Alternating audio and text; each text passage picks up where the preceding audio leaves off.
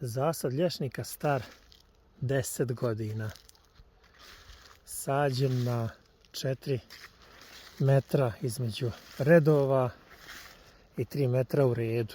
Imamo slobodnu sredinu u ovom ovdje žbunu i slobodnu sredinu u ovom ovdje žbunu.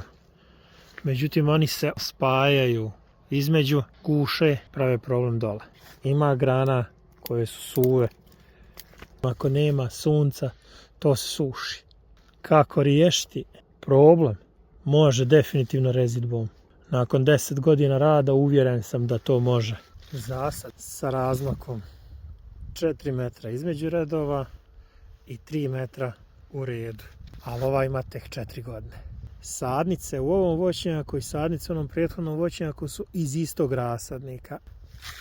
Ovo u 4. godini uopšte ne izgleda strašno, ni veliko, ni puno. Srećom, ovaj domaćin me je ranije upoznao, pa njegovi lješnici imaju šansu da ne prave gužvu i problem sami sebi.